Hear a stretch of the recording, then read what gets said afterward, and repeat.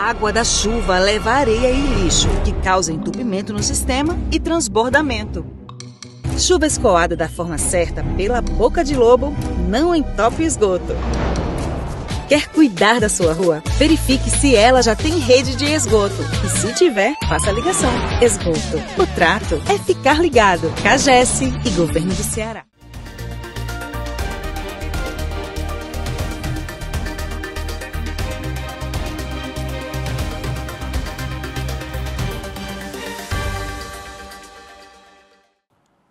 Olá. O Observatório discute nessa edição o problema que representa uma das máculas da sociedade brasileira. Refiro-me à violência contra a mulher. Situação essa que se perpetua apesar de todas as lutas e conquistas até aqui das mulheres. A Lei Maria da Penha, considerada um marco na proteção das mulheres, prevê 5 tipos de violência: física, psicológica, moral, sexual ou patrimonial. Mas também outras formas de violência são praticadas contra a mulher, como a violência política de gênero, só para citar uma delas. Para falar sobre as dores e desafios que as mulheres brasileiras ainda enfrentam para serem cidadãs plenas em todos os seus direitos, o Observatório recebe hoje a advogada Márcia Vieira, segunda vice-presidente da Comissão da Mulher da Advogada da OAB do Ceará, e também a professora Ana Paula Araújo, doutora em Direito, líder do grupo de pesquisadoras do CNPq, Igualdade, Justiça de Gênero, Direitos Humanos das Mulheres e coordenadora do eixo de Programa Cientista-Chefe da FUNCAP.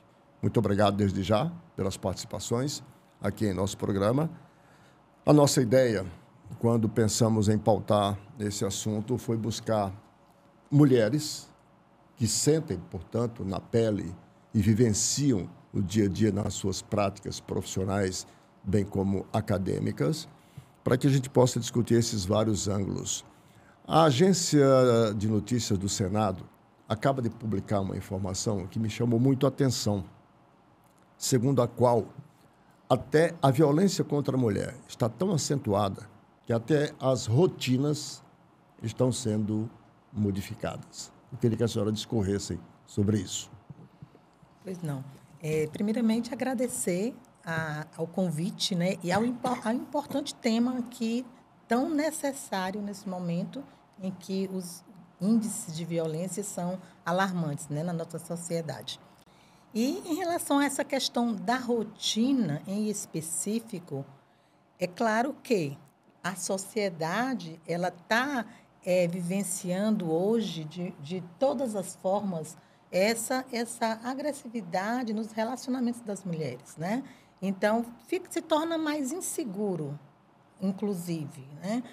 Você tem notícias, pegou um motorista de aplicativo ou sair sozinha para um evento noturno, o que é uma coisa natural e deve ser natural, porque a mulher tem esse direito, é um direito que lhe assiste, querer ir onde ela quiser, estar onde ela quiser, se vestir como ela quiser. Mas isso, infelizmente, tem ocasionado situações de violência. Inclusive, não só a violência física, né? A gente se preocupa muito com a história da violência porque ela deságua a perda da vida, que é o feminicídio. Então, quando a gente fala a mulher que está vivenciando essa situação, só no transporte ou na saída, não. Na verdade, a violência ela vai mais a fundo. Ela pode estar no seu dia a dia, na sua rotina diária e correndo risco. Por isso, a importância da gente estar aqui falando sobre isso. Aliás, sobre mudança das rotinas, a mobilidade urbana, por exemplo, é uma das grandes preocupações. E quando você olha para o transporte coletivo, me parece que isso se agudiza ainda mais. Arnaldo, agradecemos o convite, né, em nome da Unifor, do nosso grupo de pesquisa e da ABMCJ, que é a Associação Brasileira de Mulheres de Carreira Jurídica, que nós duas fazemos parte. Eu estou, nesse momento, à frente, a nossa luta é grande. E quanto a essas rotinas, e em especial o último foco que você colocou nos transportes coletivos, eu conclamo aos que vão nos ouvir em breve, né, que reflitam. Qual é o homem que sai de casa para ir para o trabalho, vai pegar um ônibus, se ele sai de casa na mente de que pode ser, de alguma forma, importunado no transporte coletivo? Dificilmente um homem terá isso na mente às 7 horas da manhã, às 6 horas da manhã. Mas nós, mulheres, ao sairmos de casa para ir para o trabalho, para levar um filho para a escola, a gente sempre sai com receio de que, ao adentrar num transporte coletivo ou num táxi, num Uber, que a gente passe por situações, desde da importunação sexual a situações de violência maior ou feminicídio. Então, essa rotina realmente está abalada e a saúde mental das mulheres também está abalada, porque a gente amanhece e anoitece com medo. O medo de ir para um transporte coletivo, o medo de um transporte público, um táxi, um Uber, o medo de pegar uma rua sozinha, até para ir até a parada do ônibus, tem que se deslocar, pegar alguns quarteirões, o medo de, nesse trajeto, essa trajetória, ser importunada, ser amarrada, amordaçada. Então, a saúde mental das mulheres, em especial das mulheres mais jovens, as meninas e mulheres, como a gente fala, realmente está numa situação muito grave, porque você amanhecer e anoitecer com a sua rotina pessoal no medo, baseada no medo, é o que nos assusta hoje. Que tipo de sociedade nós estamos construindo? Uma sociedade que não há mais paz social, em especial para mulheres e meninas. E se a gente fizer um recorte racial ou um recorte de pessoas com deficiência, o medo ainda se aumenta, ele se avoluma. Porque os indicadores hoje do mapa da violência, quando a gente faz o recorte de gênero, é grande, de mulheres, a violência. E quando a gente faz o recorte de raça, então meninas e mulheres negras e pardas sofrem maior violência, seja da importunação sexual, stalking, ou uma violência física, ou até mesmo a perda da vida. E as mulheres idosas, e aí nós vamos para um outro eixo, que é o outro recorte de idade e de deficiência. As mulheres idosas ou as mulheres com deficiência que necessitam de apoio, né, de um cuidador, também têm passado por muitas violências dentro do seu espaço limitado daquela casa, daquele ambiente familiar. Então, nós estamos hoje vivendo rotinas realmente transformadas à base do medo, né? Isso nos traz muitas pesquisas, muitas reflexões, pesquisas de caráter também interdisciplinar, não só do direito, do mundo do direito, mas nós temos feito várias pesquisas também com os pesquisadores de psicologia, do serviço social, da assistência social, que também tem se avolumado com isso, porque a migração para a assistência social tem sido maior.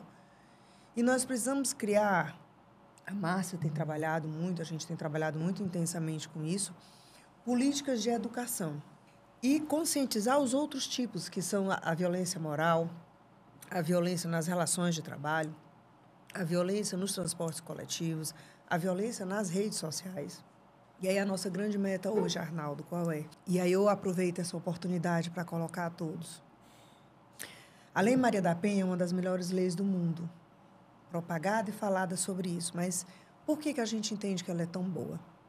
Além de ter feito uma verdadeira revolução processual no Brasil, no que tange à proteção das mulheres, ela tem no artigo 8º dela, inciso 9º, algo que eu, como professora, acho a melhor coisa da lei. O artigo 8º diz que é dever do Estado, seja os entes, município.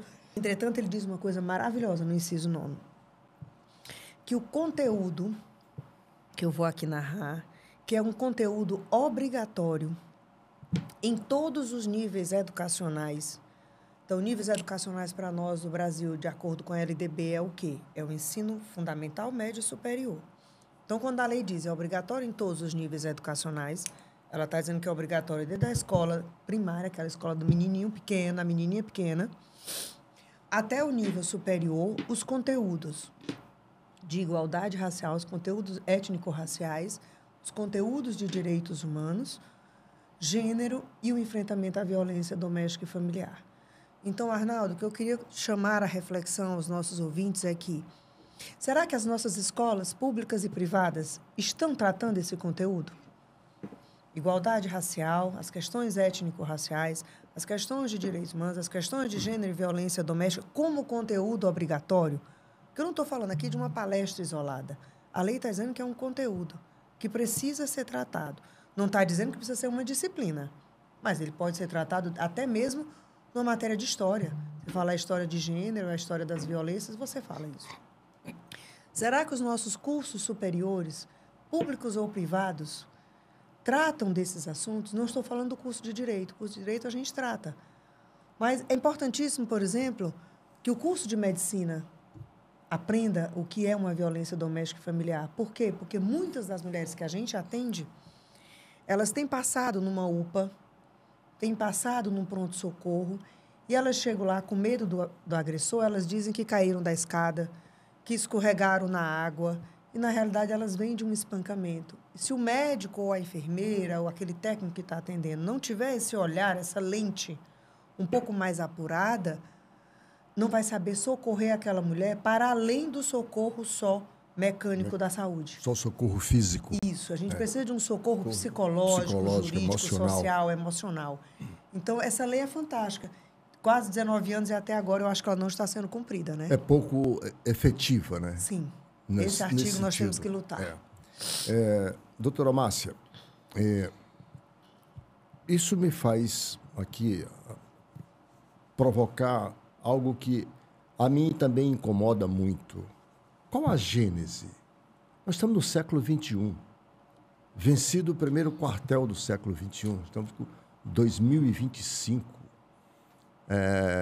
Uma lei tem 19 anos e ainda estamos tratando desse tipo de assunto.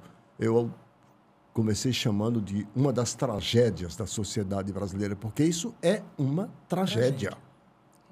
Isto é a declaração de incivilidade que perpassa, se olharmos, o início da formação, digamos assim, das comunidades. Qual é a gênese?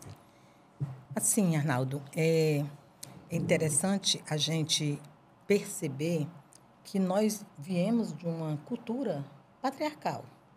Então, ainda é muito recente a defesa do direito das mulheres, porque até 1962, olha lá, quase a minha idade, né? As mulheres eram tidas como relativamente incapazes, ou seja, ela não podia exercer uma profissão, tinha que ter autorização do marido. Ela não tinha direito, o direito sobre ela, sobre o corpo dela. Então, existia essa cultura.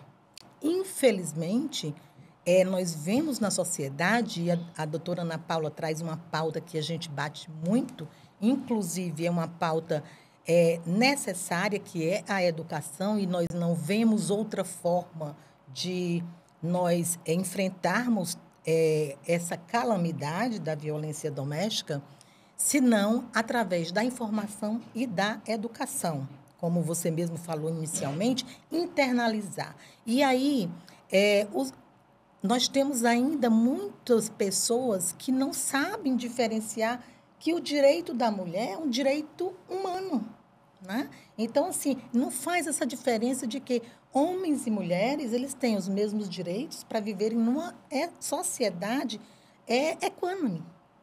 Nós vivemos nós temos ainda essa diferenciação. E esse poder que muitos homens, infelizmente, a gente tem que dizer que existe um machismo tóxico que se perdura e que se tentam ainda em movimentos sociais, inclusive, manter esse poder do homem enquanto sobre a mulher, sobre as decisões da mulher. Isso faz com que nós tenhamos ainda uma dificuldade muito grande de mudar essa cultura. Também é importante a gente destacar aqui, né, que existe uma pesquisa que identificou o ciclo da violência.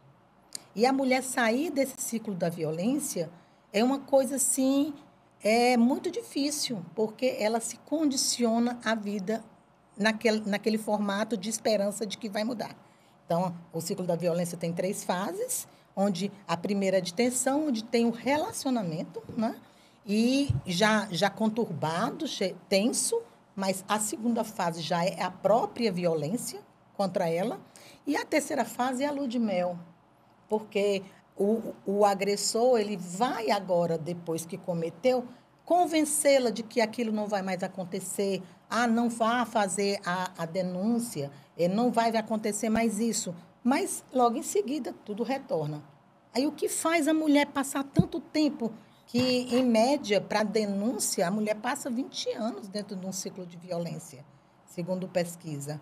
Então, é a condição financeira, é a dependência da criação dos filhos, é o medo, porque ali ela já foi trabalhada psicologicamente para não falar sobre a vida, sobre a violência, é a vergonha, inclusive, de estar naquele contexto.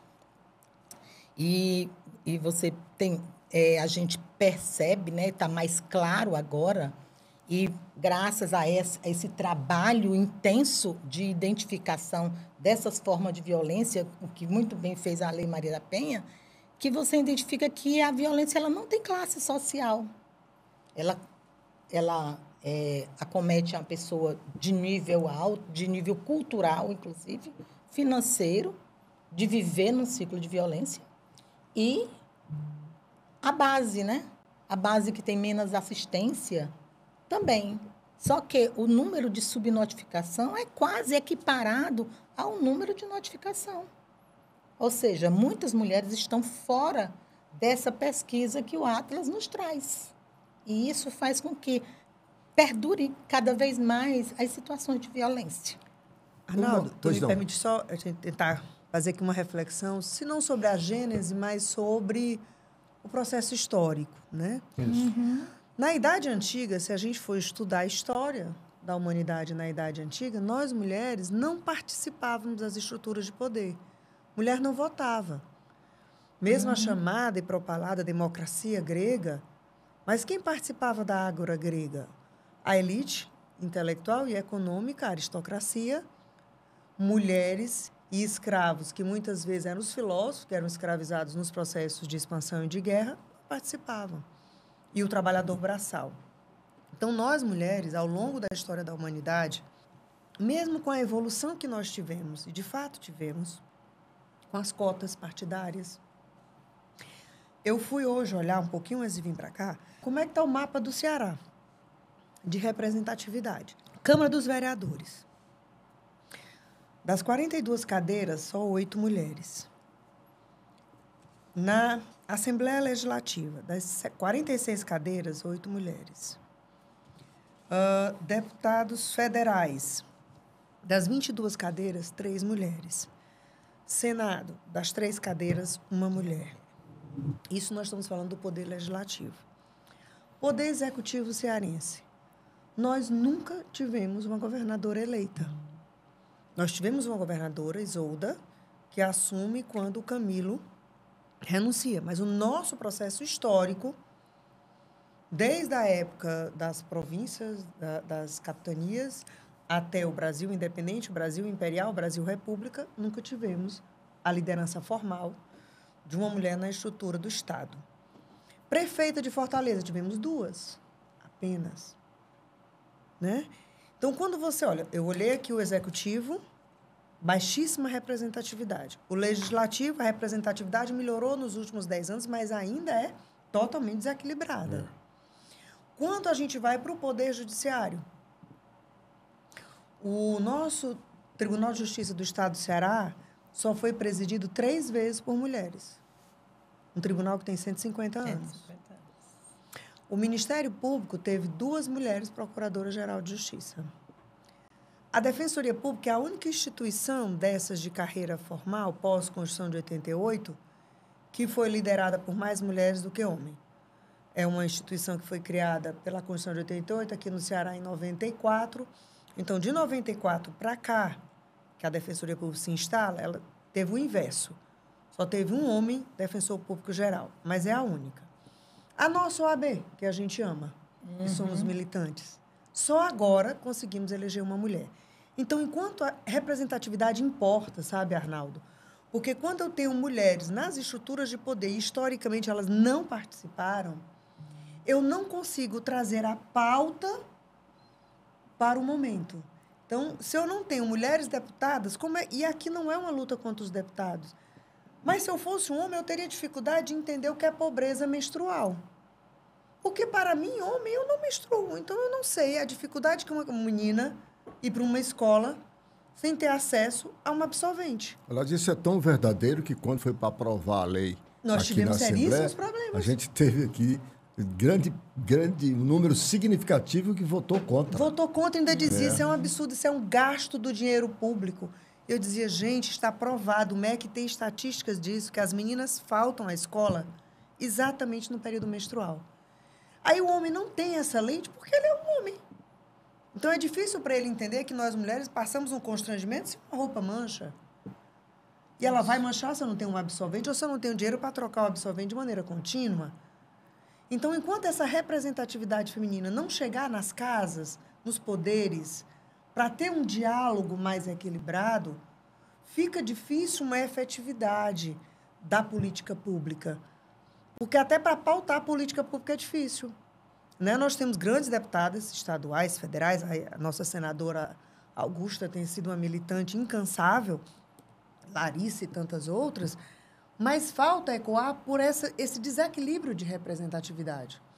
Como é que eu também, sendo o poder executivo, eu, homem, eu consigo entender os desafios de uma mulher num equipamento público, ela precisa de um banheiro? Desculpe os homens, mas os homens às vezes vão na rua e fazem as suas necessidades. Nós, mulheres, não temos, até por uma questão fisiológica, corpórea. Mas isso fica reservado sempre a um segundo plano, como se não fosse algo fundamental para uma vida equilibrada. Então, por isso que eu achei importante, sair uma lei agora, que 30% das mulheres precisam compor os conselhos das estatais. Isso. Já é um grande avanço, Arnaldo. Porque nós temos... O Brasil é um país com estatais imensas, mas genuinamente liderados por homens. Só agora, o Banco do Brasil nasce com a vinda da família real para o Brasil. Em 1808, fugido de Napoleão. Só agora o Banco do Brasil está tendo uma presidente mulher.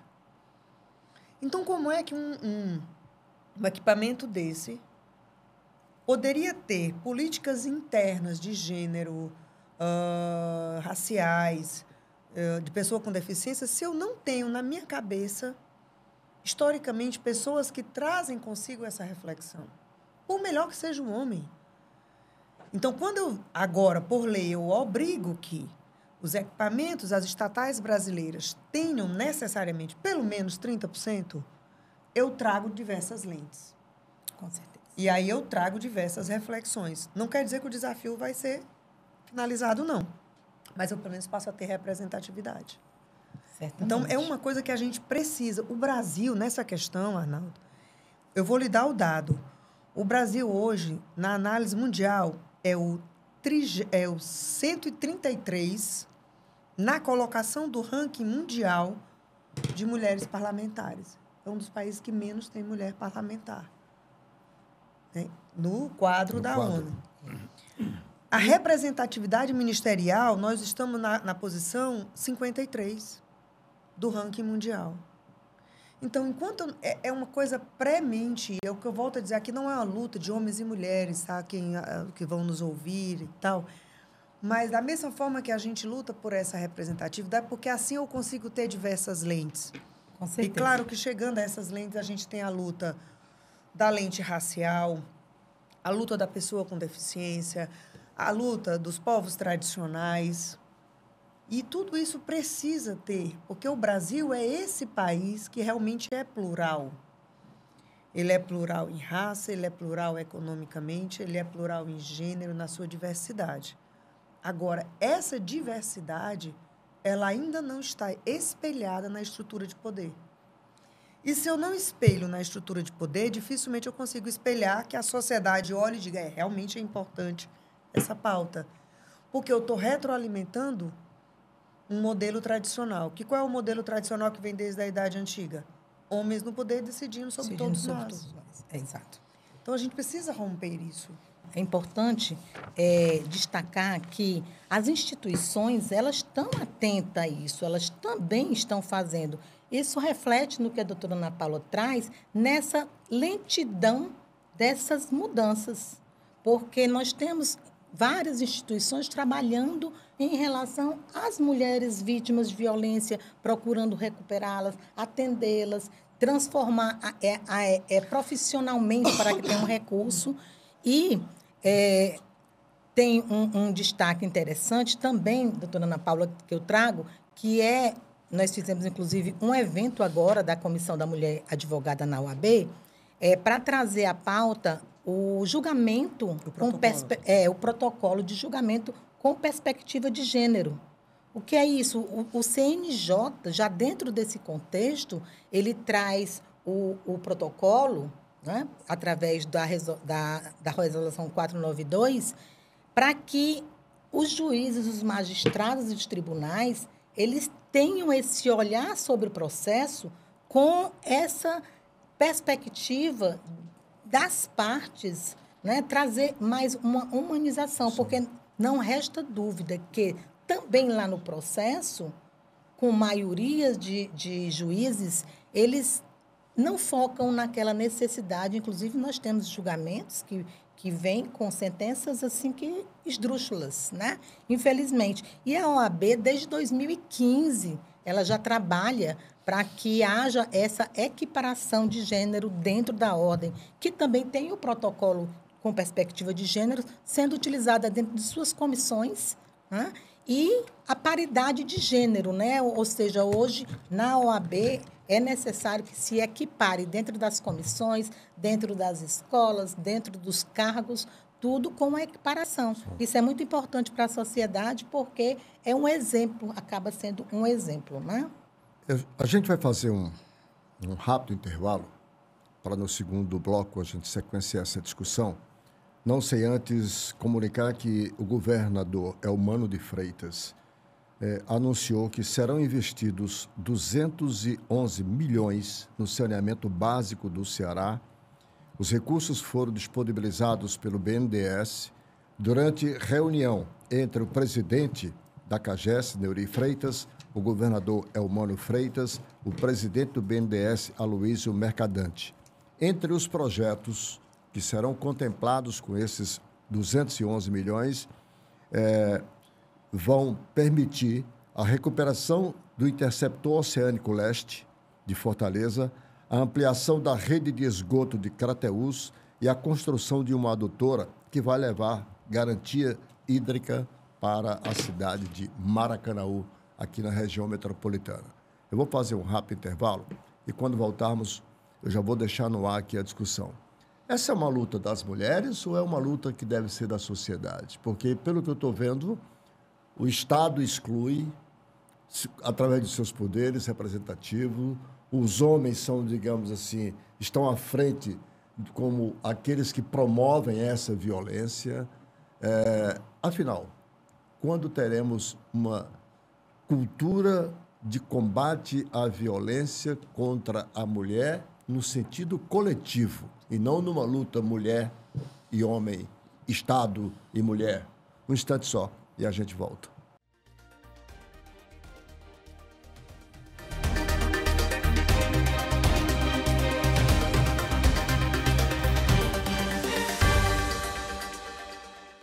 Acabei de fazer a minha interligação do esgoto. Vixe, interligação? Pra quê, homem? Xiii, vai dar ruim. Sabia que a falta de ligação de esgoto é uma das maiores causas de doenças e poluição? Se não tiver esgoto ligado à CAGES, o que sai da sua pia e do seu vaso vai largando sujeira e mau cheiro por onde passa. Verifique se a sua rua já tem rede e, se tiver, faça a ligação de esgoto. Esgoto. O trato é ficar ligado. CAGES e Governo do Ceará.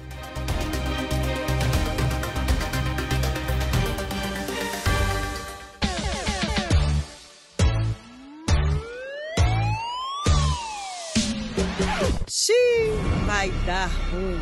Jogar óleo ou resto de comida no ralo só vai dar dor de cabeça. Jogar óleo na pia entope o seu encanamento, causando extravasamento de esgoto. Faça o descarte de óleo corretamente. Esgoto. O trato é ficar ligado. CAGES e Governo do Ceará. Estamos de volta com a edição de hoje do Observatório, hoje discutindo a violência contra a mulher, com as participações das doutoras Márcia Vieira e Ana Paula Araújo, discutindo aqui, tentando entender, quer dizer, os aspectos, a natureza dessa violência, enfim, a responsabilidade sobre cada um dos que, de alguma forma, direta ou indiretamente, corroboram para que essa tragédia permaneça. Eu uso muito essa expressão porque, para mim, é a falência de uma sociedade que se diz pretensamente moderna. Você está discutindo isso aqui. Eu vou até colocar alguns números que a produção levantou para a gente sobre as subnotificações, ainda tem mais essa. Essa daí. Abstraindo as subnotificações, a cada 17 horas, uma mulher morreu em razão do gênero em 2024. Isso é uma coisa assim, que você fica imaginando. Em 9 estados monitorados pela Rede de Observatórios de Segurança, Amazonas, Bahia, Ceará, Maranhão, Pará, Pernambuco, Piauí, Rio de Janeiro e São Paulo, foram 531 vítimas de feminicídios somente o ano passado. São números assim que evidenciam esse grau de incivilidade, e mais do que de incivilidade, é de índole violenta mesmo, que nós temos. Eu queria, então, agora colocar essa discussão numa outra perspectiva, como eu tinha anunciado. Essa é uma luta só das mulheres, e por que não se vê, porque eu não vejo, salve melhor juízo, me corrijam, um engajamento da sociedade como um todo. Aliás, até hoje, a gente ainda observa um certo preconceito. Lá vem as feministas, de novo, com esse discurso. É isso que eu ainda ouço. Né? Por que é assim? Infelizmente, você está coberto de razão na sua fala, né? Existe esse bloqueio da sociedade ainda, até por desconhecimento. Então, pensar que existe essa resistência para entender o próprio feminismo, porque nada mais não é uma luta feminina, o feminismo, ele é uma luta de homens e mulheres por uma sociedade com oportunidade para todos e todas, né? E quando você traz esses dados absurdos de violência, eu ainda acrescento que a maioria delas é ocasionada dentro do próprio lar, por pessoas de afinidade da vítima. Então, quando você vai trazer quem é o agressor, na sua maioria é o companheiro, o marido, um familiar, o ex-companheiro, o namorado, que levou esse ritmo da violência ao ponto de chegar ao feminicídio. Tá? Eu acredito, e aí a gente vive muito dentro desse contexto, principalmente com trabalhos voluntários, através da Comissão da Mulher Advogada, através do Grupo Mulheres do Brasil, que faz um excelente trabalho também, e através de várias instituições, como o SENAC, como tantas outras, que estão realmente engajadas em fazer um trabalho coletivo para que faça um combate através da recuperação dessas mulheres, através de levar o conhecimento, aí vem a educação, porque muitas mulheres elas não sabem que estão passando situação de violência, quando já está no ápice de gerar um feminicídio, né? E outra coisa importante também nesse contexto de a sociedade ela não está unida para isso, nós precisamos mais levar essa informação dentro das escolas, dentro dos cursos, Agora, quando eu digo nossas mãos são muito curtas quando a gente não tem o apoio institucional para que leve esse conteúdo. Cumpra o artigo 8º, né? Para que as crianças, elas já comecem, dentro da sua criação, a entender o menino e a menina se desenvolverem com pensamentos diferentes de dependência, de concorrência, de saber dali já do âmbito familiar de que eles têm que crescer com respeito um com o outro. Porque não adianta dizer que você não consegue cortar uma peça e dizer, cortei sua mão, não vai ter mais a violência. Não vai existir isso.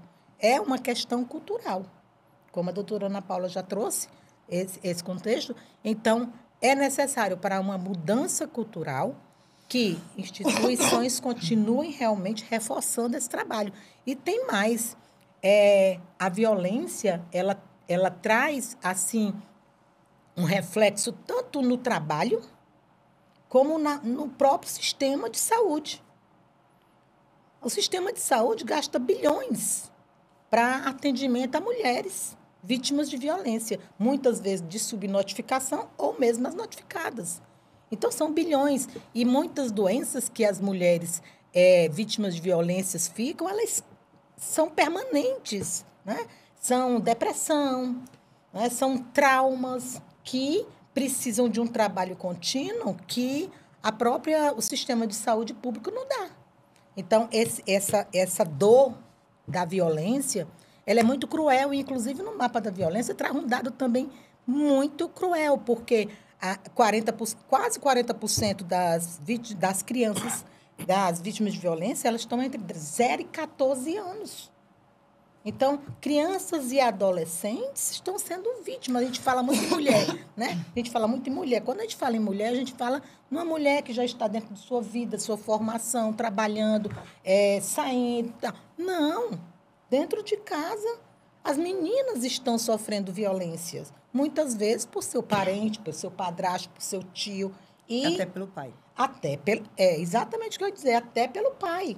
Entendeu? E ali elas vão se constituindo dentro da violência e ali vai refletir no futuro para gerar mais violência. Por isso, a importância dessa educação na base, né? O que a gente procura muito é essa educação na base para que a gente tenha um contexto de mudança real dentro da nossa sociedade, que precisamos muito. Doutora Ana Paula, por que essa não é uma luta da sociedade em geral? Ainda? Porque, lamentavelmente, Arnaldo, nós vivemos numa sociedade estruturalmente machista. O que significa isso?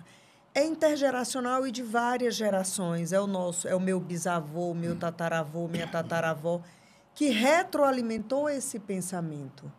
Então, a minha geração, ela é uma geração ainda fruto desse pensamento machista. Eu vou dar aqui um exemplo que eu dou sempre em sala de aula. Eu tenho essa disciplina, eu sou professora dessa disciplina, aí eu digo para os meus alunos, que a ampla maioria tem 17, 18 anos, mas tem alguns mais velhos. Eu digo assim, nem me respondam, mas reflitam.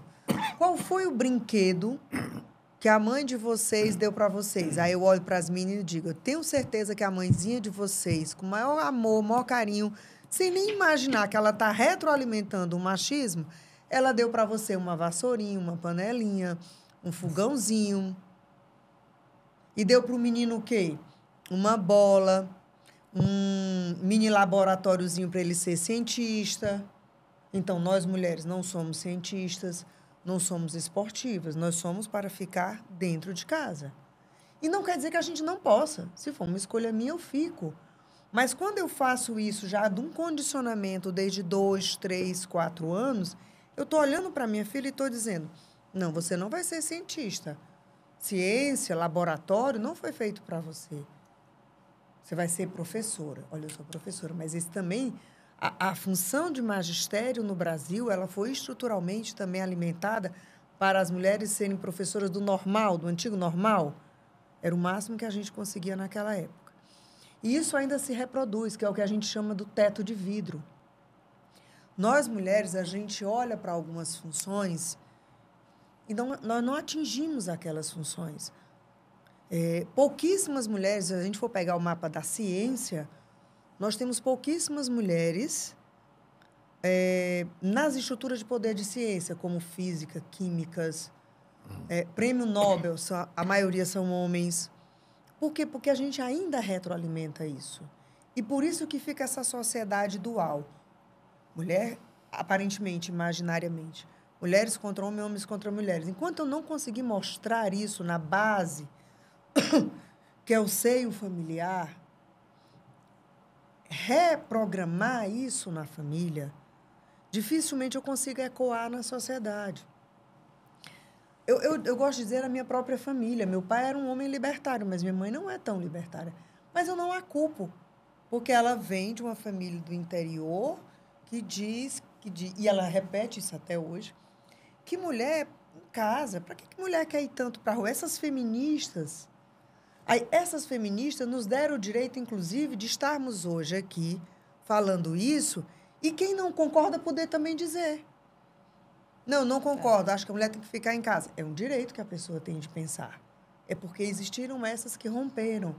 Mas nós precisamos, Arnaldo, e aí eu vou pegar esse anúncio que você fez do Elmano, nosso governador, a importância do saneamento básico.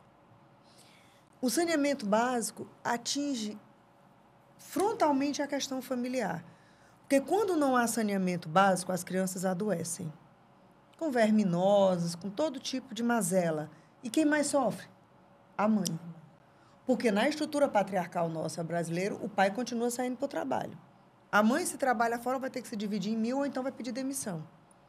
Então, quando o Estado também se volta para o saneamento básico, ele está fazendo uma política de acolhimento de gênero também. Porque ele vai permitir que essa mãe não tenha os filhos sistematicamente adoecidos e ela tendo que ficar nesse ciclo de doença familiar e sobrecarregando também o sistema de saúde. Então, enquanto os homens não perceberem que não é uma luta de homem contra mulher, mas é uma luta para uma sociedade mais justa, que impacta, inclusive, no futuro, não é de imediato, mas no futuro em economia para o Estado.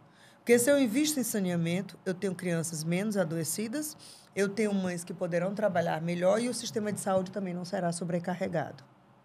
Se eu tenho política pública de mulher, como a pobreza menstrual, que nós já falamos aqui, que no estado do Ceará a lei, né, diz que tem que ser distribuído o absorvente nas escolas públicas e já tem uma lei federal também, apesar de todas as lutas desse período do processo legislativo.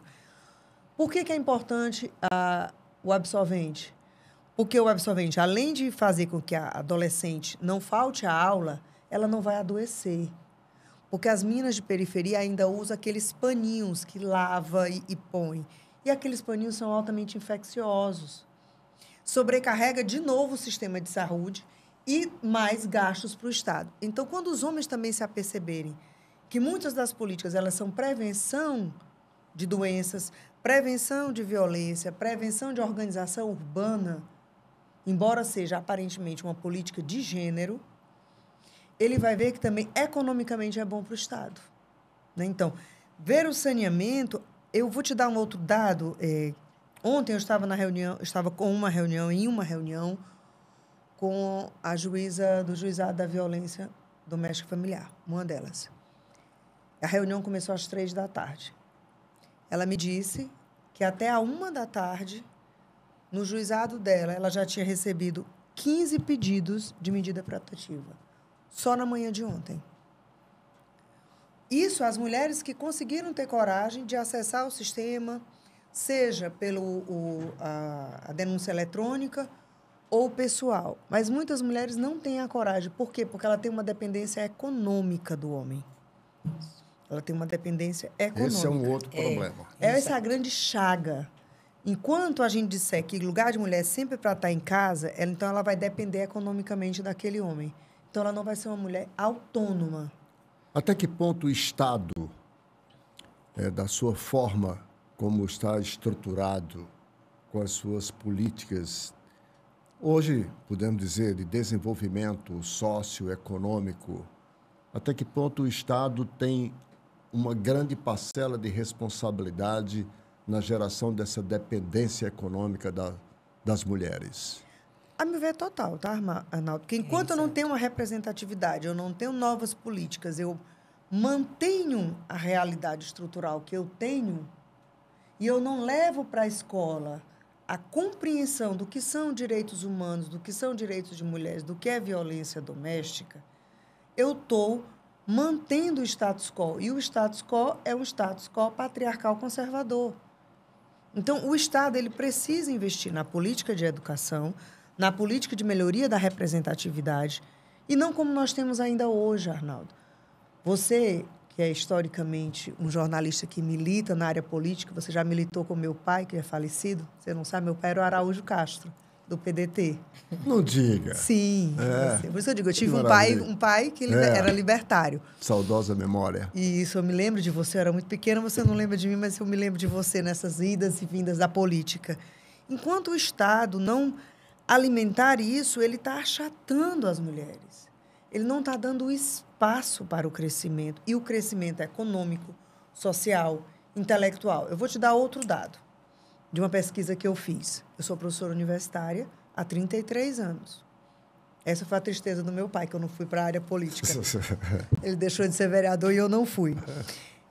Olha, eu vou te dar o dado do Brasil hoje, nos cursos de Direito. Só para o assinante saber, Tá. Araújo de Castro foi um vereador, fundador do PDT no estado do Isso. Ceará, militou nesse partido a vida inteira até o encerramento do seu ciclo. É isso só para dar mesmo. uma Com muito ideia. orgulho, era aquele militante e aquele pedetista raiz. Raiz. Aquele raiz, né? Olha, eu vou te dar o quadro da educação jurídica no Brasil. Enquanto ela ficar assim também, isso impacta nas mulheres. A Universidade Federal do Ceará, a Faculdade de Direito, ela tem, acho que mais de 110 anos. Por aí. Por aí. Só teve uma diretora mulher, professora Magnólia Guerra. Atualmente, na estrutura da Faculdade de Direito, são 3 departamentos, as mulheres são minorias em todos os departamentos. E em algumas áreas, só tem uma. Então, quando você não tem nem a representatividade dentro do modelo pedagógico, isso ecoa no Poder Judiciário também. Certo? Hoje, como é o retrato do Brasil hoje na educação? A educação privada, como a Unifor, não são todas, mas na educação privada, nós, mulheres, somos a maioria de alunas, como na educação pública, do direito. Mas na educação privada, nós, mulheres, somos maioria de professoras. Mas na educação pública, não. Nós somos uma minoria, bem minoria. É 25%, 27%. Os 10 cursos de direito mais antigos do Brasil, a maioria deles só vieram a ter diretora de curso, diretora da faculdade, na última gestão. Por exemplo, a Federal do Rio Grande do Sul, que elegeu há pouco a professora Cláudia Lima Marques. A Federal de Goiás. A Federal da Bahia, que é um dos cursos mais antigos, nunca teve diretora. Então, é por isso que eu insisto nessa questão da representatividade, Arnaldo. Enquanto a gente não conseguir capilarizar, a gente não consegue conscientizar. Mas isso não é desanimador, não. Estamos aqui. Temos você, temos todos aqui, que acreditam nessa possibilidade. As cotas partidárias, foi daí que eu estava falando, acabei me envolvendo e esqueci. Falei do meu pai e esqueci. Nós temos uma pesquisa interessantíssima. Uma ex-aluna minha, que agora é professora, Roberta Laena. A tese de doutorado dela é sobre as candidaturas de mulheres fictícias.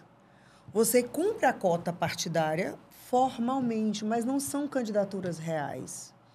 Os homens estão se apoderando dessas vagas também, porque aí tem os financiamentos públicos das candidaturas e tal. Então, a gente precisa também conscientizar as mulheres para que elas efetivamente ocupem os espaços, e não como essas, que apenas emprestam o nome para candidaturas fictícias. Essa pesquisa da Roberta Laena é fantástica, onde ela pesquisou intensamente essas candidaturas. Porque aí exige também uma conscientização das mulheres para não também. se permitirem Serem a essa usadas. manipulação ser usadas. É por isso. Exato. É por isso que a gente tem que trabalhar em vários pontos. Mas eu só acredito, assim, o ponto, para mim, principal, Arnaldo, hoje é, se nós conseguirmos fazer com que prefeitos, prefeitas, governadores, governadoras, presidentes, presidentas, incluam obrigatoriamente esse conteúdo nas escolas. Porque na hora que eu pegar uma criança, e eu faço a educação na escola, eu dou essas palestras na escola, quando é para criança, eu trabalho com fantoches, com teatralização, para ensinar que todos são iguais, que não há distinção, mas eu não vou ficar lendo o artigo da Constituição. A gente bota fantoches e, com isso, a gente educa para um mundo mais colaborativo. Eu acho que o caminho é esse. É trabalharmos de maneira colaborativa e, assim, a gente vai mudar essa história e mudar essa ancestralidade patriarcal. Então, acho que o caminho é esse. Através da educação. Eu só queria complementar em relação à questão da obrigação do Estado, relativamente em relação ao que ele poderia contribuir mais com as mulheres, principalmente dentro do ambiente de trabalho, dentro do mercado de trabalho, seria a políticas afirmativas de creches.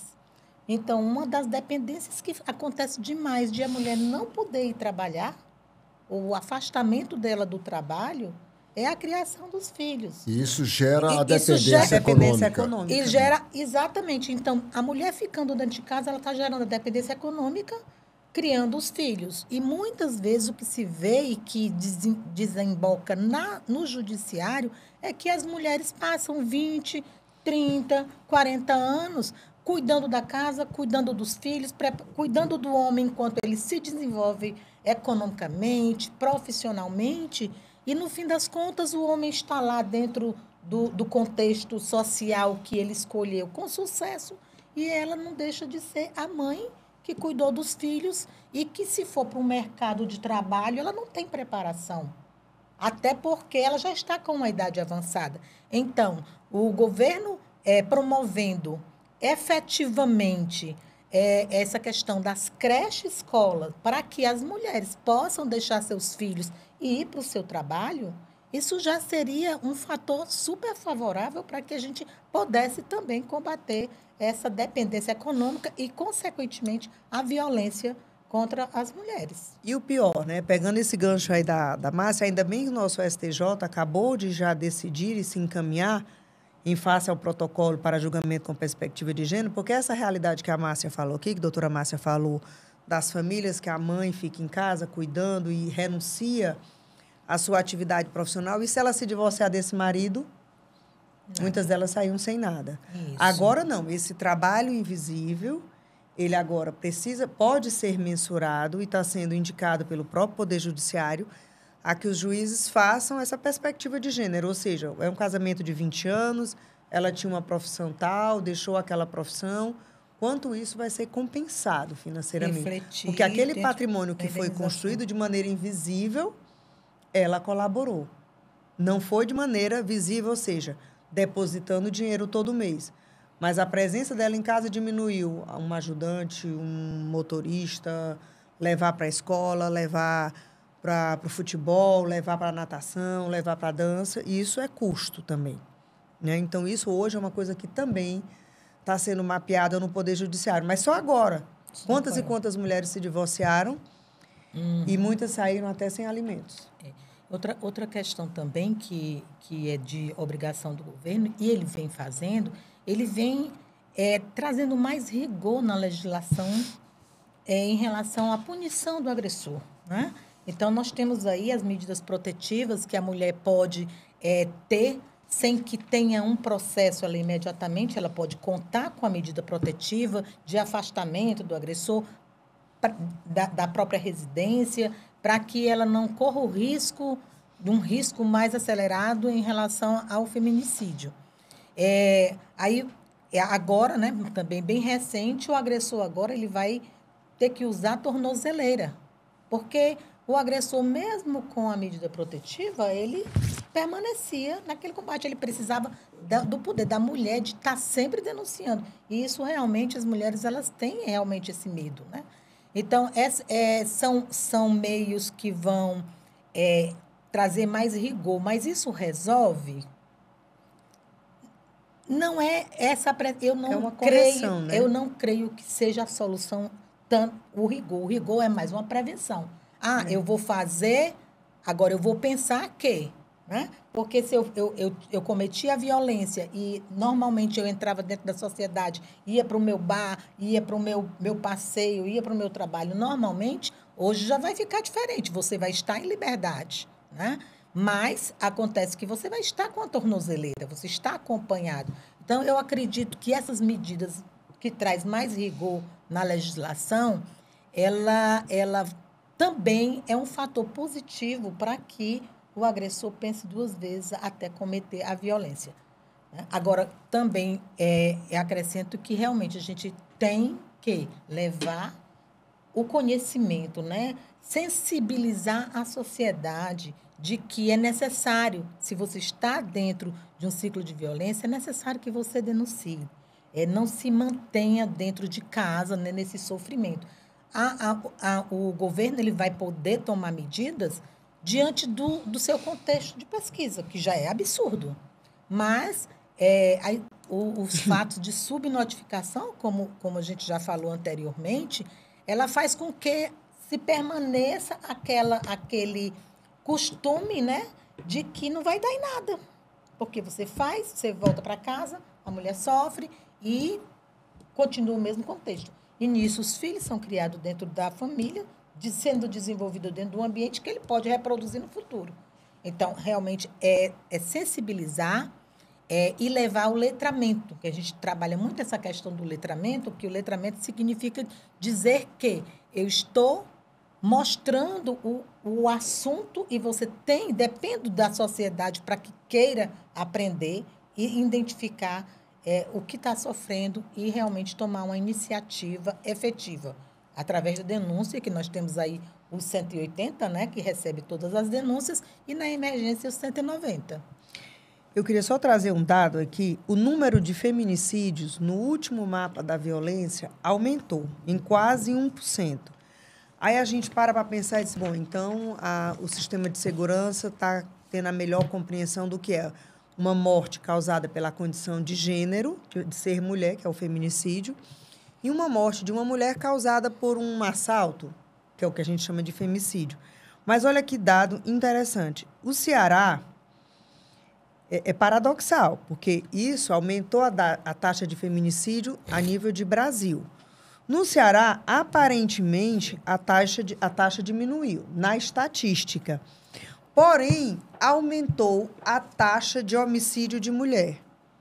Então, fico sempre na dúvida com essa estatística, porque se a nível de Brasil o feminicídio aumentou, a nível de Ceará, o feminicídio enquanto crime, enquanto morte de uma mulher pela condição dela ser mulher, diminuiu, mas aumentou o número de mortes de mulheres. Eu acho que está tendo aí sim a subnotificação. Os agentes de segurança não estão tipificando nos BOs como morte por feminicídio. Estão botando só morte de mulher. Então, é outra coisa que o Estado precisa investir. É onde eu queria chegar, tá, Arnaldo? Nós precisamos capacitar mais os agentes de segurança, do sistema de segurança, para eles entenderem o que é violência de gênero, o que é cada tipo de violência, identificar e tipificar corretamente nos BOs. Porque, senão, o nosso mapa ainda vai ser frágil. Bom, nós já estamos nos encaminhando para o final do programa. Eu tenho aqui mais uma informação a passar sobre saneamento. Coisa boa.